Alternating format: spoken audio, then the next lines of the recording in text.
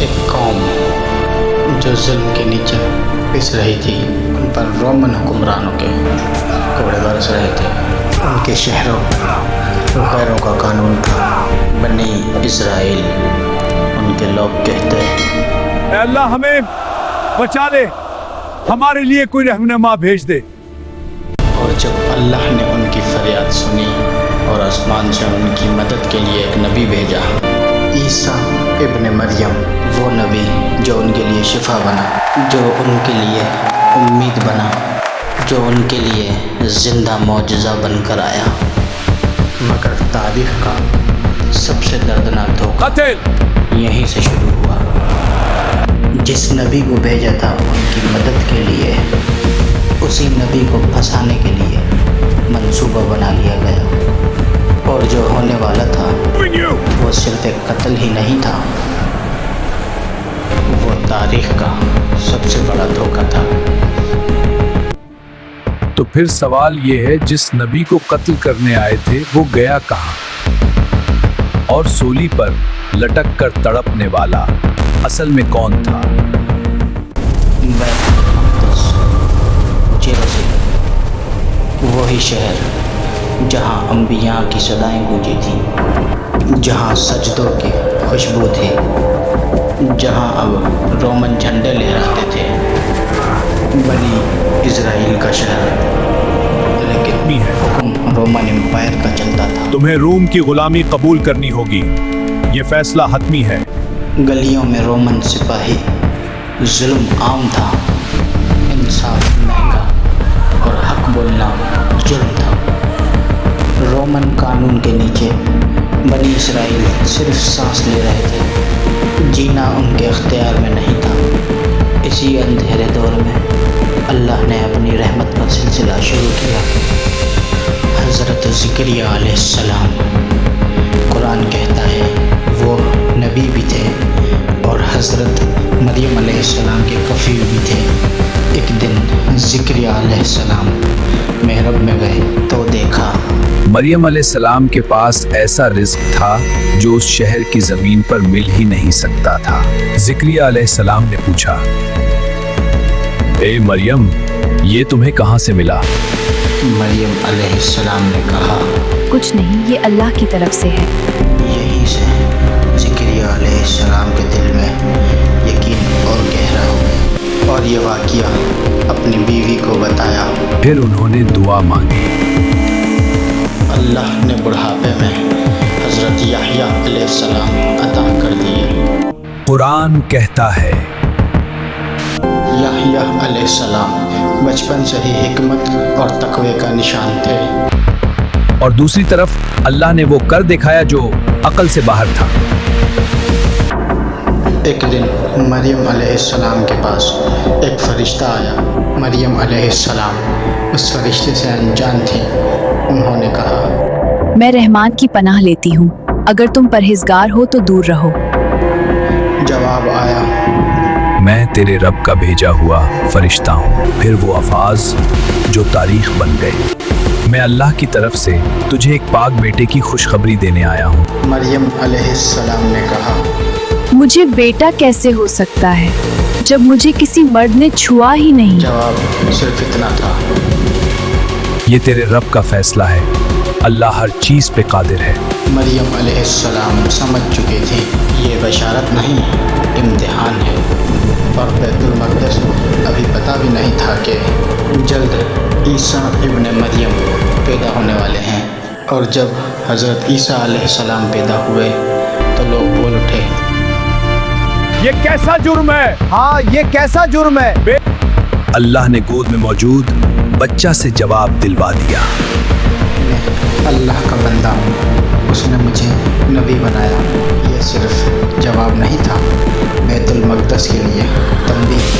کچھ ہی عرصے بعد عیسیٰ علیہ السلام نے تبلیغ شروع کی۔ اپنے پڑوسیوں سے ویسے ہی پیار کرو جیسے تم خود سے کرتے ہو۔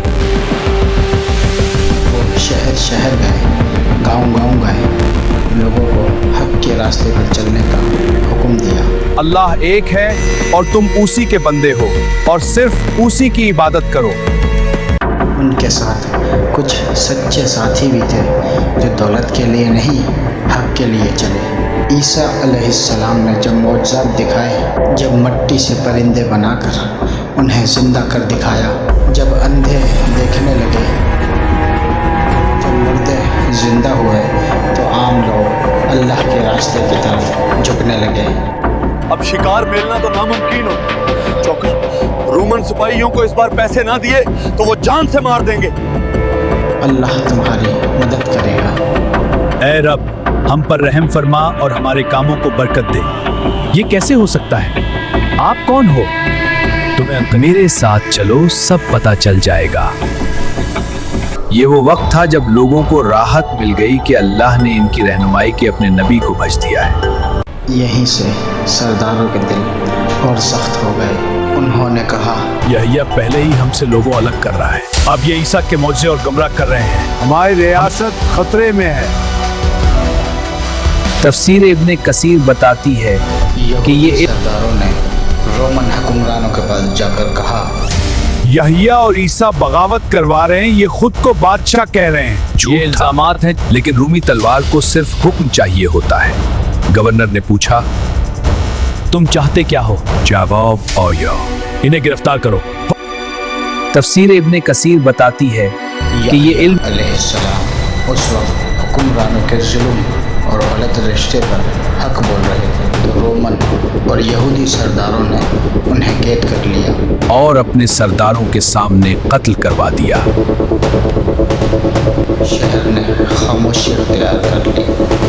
ایک شخص بھاگتا ہوا عیسیٰ علیہ السلام کے پاس آیا اور کہا کہ خالصت بھائی حضرت یحییٰ علیہ السلام کو قتل کروا دیا ہے۔ عیسیٰ علیہ السلام سمجھ گئے کہ یروشلم میں ان کے خلاف بھی سازش ہو چکی ہے۔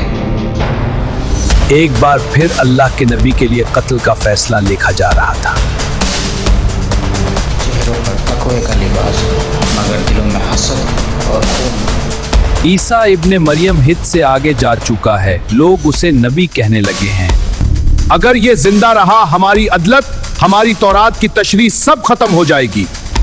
یہاں تفسیر ابن کثیر کے مطابق یہ لوگ حق پہچانتے تھے مگر اسے چھپاتے تھے۔ ہم نے پہلے بھی یحییٰ کو خاموش کر دیا تھا۔ خاموشی چھا گئی۔ جواب آیا، عیسیٰ کا بھی انجام وہی ہوگا، مگر ہم خود ہاتھ گندے نہیں کریں گے۔ سب سمجھ گئے۔ ایک ربی نے کہا، ہم روم کے سرداروں کو کہیں گے عیسیٰ بغاوت کر رہا ہے، یہ خود کو بادشاہ کہتا ہے۔ پھر قلم اٹھایا گیا۔ عیسیٰ ابن مریم قوم کے لیے خطرہ، اس کاغذ پر مہر لگ گئی اور فیصلہ سنا دیا گیا۔ قتل۔ اس عدالت میں نہ انصاف تھا نہ رحمت، صرف ڈر اور کرسی بچانے کی بھوک۔ اور قرآن میں یہ بات گونجتی ہے، وہ نبی کو ناحق قتل کرتے رہے۔ اس رات بیت المقدس صرف ایک بل نہیں نکلا، ایک اور نبی کے خون کا راستہ لکھ دیا گیا۔ انہیں یہ لگتا تھا اس دفعہ عیسیٰ ابن مریم بچ نہیں پائے گا۔ وہ یہ بھول چکے تھے جس رب نے مریم علیہ السلام کو پاک رکھا، زکریا علیہ السلام کی دعا قبول کی، یحییٰ علیہ السلام کو شہادت کے بعد بھی دلوں میں زندہ رکھا۔ اس رب نے عیسیٰ ابن مریم کو صرف تبلیغ کے لیے نہیں بھیجا تھا۔ یہ گھٹیا لوگ اپنے سچے نبی کے خلاف سازش کر رہے ہیں۔ ہاں، ہمیں ابن کثیر میں آیا ہے کہ عیسیٰ علیہ السلام اپنے چند وفادار ساتھیوں کے ساتھ بیٹھے ہوئے تھے۔ کمرے میں خاموشی تھی، ایسی خاموشی جو طوفان سے پہلے ہوتی ہے۔ عیسیٰ علیہ السلام نے کہا، آج رات تم میں سے ایک شخص مجھے دشمنوں کے حوالے کرے گا۔ ساتھیوں کے چہرے بدل گئے۔ کسی نے کہا، اے اللہ کے نبی، کیا وہ ہم میں سے ہی ہوگا؟ عیسیٰ علیہ السلام نے نگاہ اٹھائی اور فرمایا، وہ یہیں بیٹھا ہے۔ دل تیز دھڑکنے لگا۔ تفسیر کے مطابق وہ شخص یہودا یوداس تھا، جو ظاہر میں ساتھی مگر دل میں لالچ اور خوف رکھتا تھا۔ یہودا کے دل میں لرزش آئی، وہ خاموشی سے اٹھا اور کمرے سے چل دیا۔ ایک لڑکے نے کیا ہم پوچھا، اسے روکیں؟ عیسیٰ علیہ السلام نے صرف اتنا کہا، جو لکھا جا چکا ہے وہ ہو کے رہے گا۔ اور اس رات غداری نے اپنا قدم اٹھا لیا۔ اللہ نے فرمایا، اے عیسیٰ میں تجھے اپنی طرف اٹھانے والا ہوں اور کافروں سے پاک کرنے والا ہوں۔ اور پھر عیسیٰ علیہ السلام نے وہ بات کہی جو آنے والے وقت کے لیے تاریخ بن گئی ہے۔ میرے بعد ایک نبی آئے گا جس کا نام احمد ہوگا۔ یہ وہی بات ہے جو قرآن نے خود بیان کی اور اس کا ذکر بائبل میں بھی ہے۔ وہ آخری ہوگا، وہ تمہیں میری باتیں بھی بتائے گا اور جو تم بھول گئے اسے بھی پورا کرے گا۔ کیا لوگ اسے مان لیں گے؟ ہاں، مجھے کچھ مانیں گے، کچھ انکار کریں گے۔ اور لوگ سمجھ گئے یہ بشارت نہیں تھی، یہ تاریخ کا اگلا باب تھا۔ باہر نکلو، آج کوئی نہیں بچے گا۔